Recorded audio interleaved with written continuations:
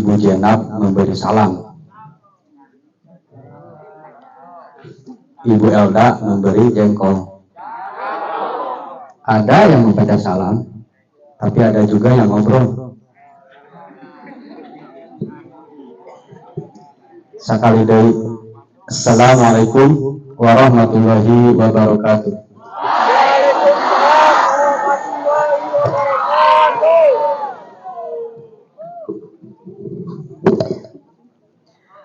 Bismillah, alhamdulillah, la khala wa la quwata illa billah. Asyhadu an la ilaha illallah wa asyhadu anna Muhammadan abduhu wa rasuluh. Amma ba'du. Yang terhormat Bapak Kepala SMA di Cimas, yang saya hormati Bapak Wakasek serta koordinator, dan tidak lupa Bapak Kepala Tenaga Administrasi, dan yang terhormat juga Bapak, Ibu Guru serta tenaga administrasi, dan tidak lupa yang kami banggakan, yang Bapak banggakan, pemuda-pemudi SMA Negeri Cimas, pemuda-pemudi Indonesia yang insya Allah pada pagi hari ini sehat lahir dan batin. Amin, amin ya Allah ya Rabbal Alamin. Sebelum ke amanah, kami ucapkan terima kasih kepada petugas dari OSIS dan MPK yang telah baik dan lancar dalam melaksanakan petugasnya. Dan tidak lupa juga kepada pasukan upacara ini, kelas 10, kelas 11, dan kelas 12 yang khidmat melaksanakan upacaranya, dan paduan suara juga dari Eskul Seni. Terima kasih. Mudah-mudahan ini jadi suatu contoh yang bisa dilakukan oleh kelas nanti, latihan terus untuk melaksanakan upacara di setiap hari Senin. Hari ini adalah hari yang sangat istimewa bagi bangsa Indonesia. Di tanggal 28 Oktober ini ada suatu peristiwa penting dalam catatan sejarah bangsa kita, yaitu Hari Sumpah Pemuda. Kalau kita flashback ke belakang, Sumpah Pemuda itu terjadi pada tahun 1000.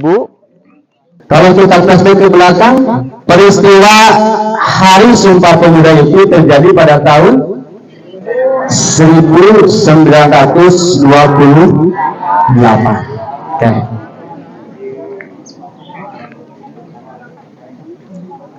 Yang akan saya singgung sedikit mengenai peristiwa Sumpah Pemuda. Ada fase 20 tahun dalam peristiwa atau sejarah peradaban manusia,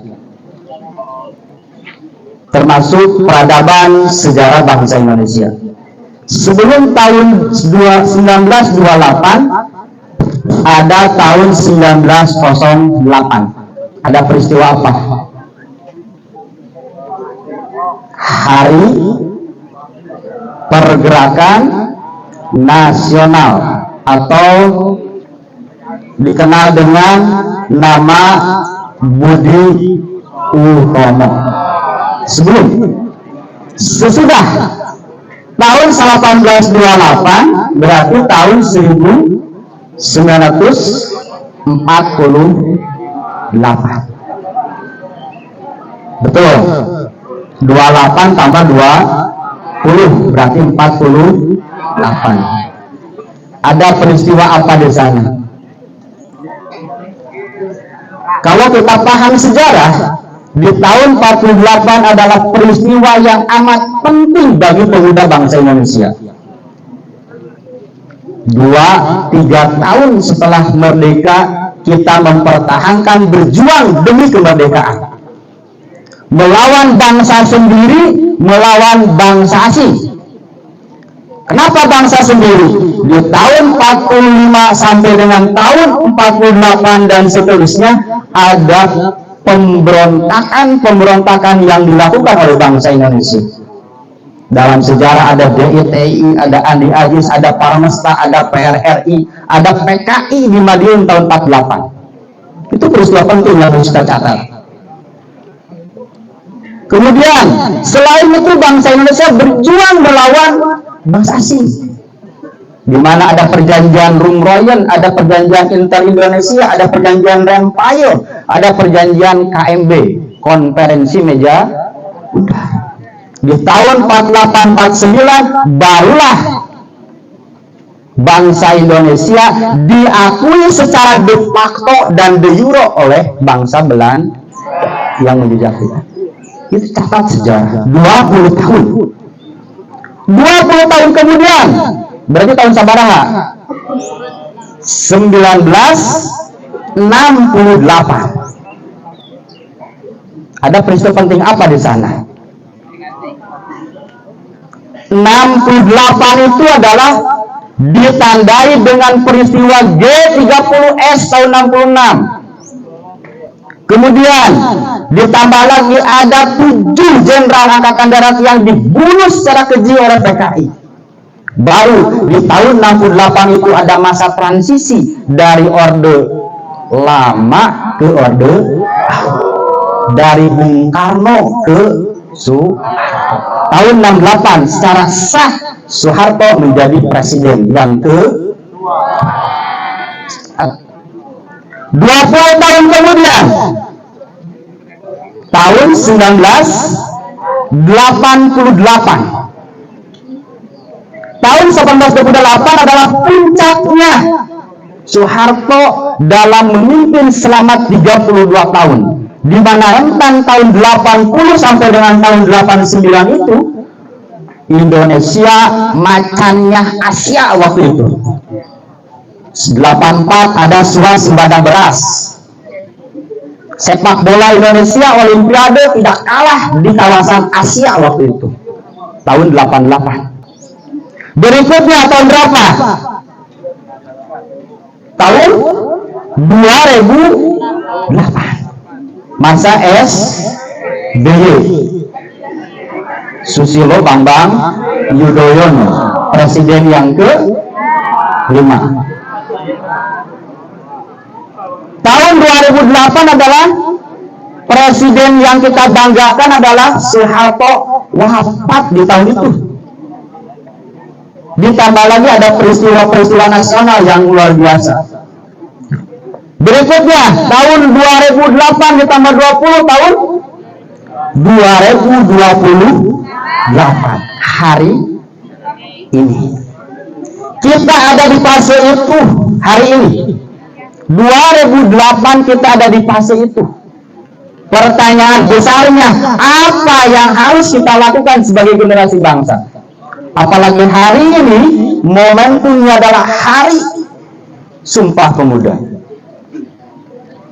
Kalian kelas 10, kelas 11 dan kelas 12 ada di fase pertama 20 tahun pertama. Betul? Kalian di bawah usia 20 tahun? Yes.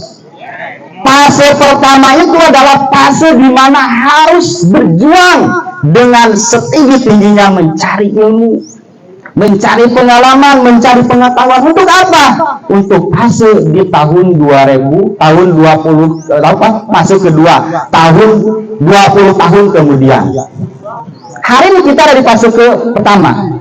Beda dengan Bapak Ibu guru, termasuk saya sendiri. Saya ada di fase kedua, menjelang usia 40 tahun. Udah tarik komora cara kieu. Ulah pemuda ngalangkongna kicupna saminggu sakali. Bentakeun bodoh menjadi pemuda. Harus kuat, harus lantang. Di fase ini kita harus serius belajar. Terus belajar cari. Ingat ya, kalau kita mengenal sejarah, di usia 40 tahun itu, Presiden pertama Soeharto di usia 40 4 tahun kalau tidak salah, 43 tahun kalau tidak salah. Bahkan Bung Hatta adalah wakilnya yang termuda. Soeharto 44 usianya diangkat ketika jadi presiden. Terakhir kemarin tanggal 20 kita lantik Mas Gibran, wakil presiden kita, di usia berapa? Kami serang Pak Andi 37 tahun menjadi seorang wakil presiden. Bahkan hari ini kita tampak Bapak Kepala Sekolah kita di bawah usia 40 tahun itu menjadi Kepala Sekolah termuda seprovinsi.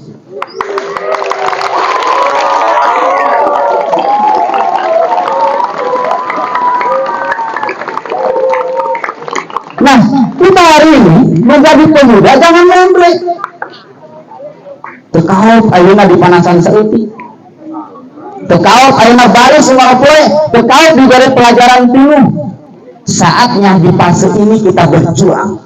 Saatnya di fase 20 pertama ini, fase pertama ini kita serius belajar, kita serius mencari ilmu sambil menjalin relasi. Baru di usia fase kedua, di usia 40 tahun kita serius bekerja, serius jadi ibu rumah tangga, serius jadi bapak kepala rumah tangga. Baru sampai di fase ketiga 40 menjelang 60, kita harus tahu bahwa di fase tersebut secara psikologi langkah kita satu persatu sudah ketahuan, mana akhirat dan mana untuk dunia, mana surgana, mana neraka. Mana maka usia 40 tahun lamun ayeuna can salat keneh tahunan ti ayeuna celina la ilaha illallah. Lamun usia 40 tahun can salat keneh di fase 40 tahun. Usia 40 tahun itu kita harus serius. Saudara Rasul. Jangan ayeuna dunia seolah-olah ulah isukan arek. Di usia itu, usia produktif sebelum 40 tahun. Tapi jangan bekal akhirat seolah-olah orang bakal mau isukan.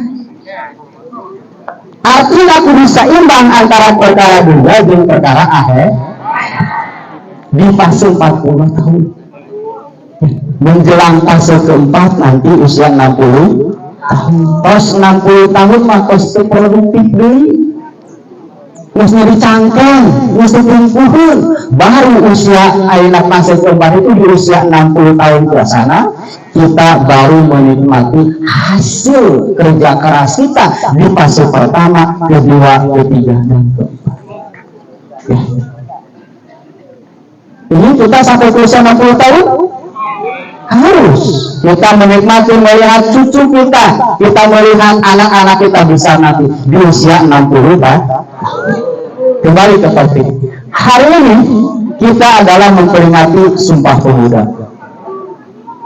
Bapak tidak mau peringatan hari besar ini hanya dijadikan sebagai seremonial saja. Hari Sumpah Pemuda, hari Bapak, hari Ibu, hari hatena pengayakin bahwa dirinya adalah seorang betul saya pemuda? Betul saya pemuda? Tadi sudah ikrar kita. Satu nusa, satu bangsa, dan satu bahasa diikrarkan dalam hati kita. Orang kudu yakin, kudu tekad bagian dari Indonesia. Orang cicing di Indonesia, sok kembangkan. Orang ayeuna berbahasa satu bahasa Indonesia, sok banggakan menjadi ayeuna bangsa Indonesia berbahasa. Yakinkan, tekadkan bahwa kita seorang pemuda. Ulah men blek, ulah mentoleh. Ya. Okay. Siap kita menjadi seorang pemuda? Siap kita menjadi seorang pemuda? Mari kita sama-sama menjadi seorang pemuda yang bisa mengabdi, berbakti, dan berdedikasi terhadap bangsa dan negara yang kita cintai ini. Akhirnya, mohon maaf Apabila ada beberapa perkataan yang kurang berkenan, terima kasih atas perhatiannya. Mohon maaf atas kesalahannya. Akhirul kalam. Wassalamualaikum warahmatullahi wabarakatuh.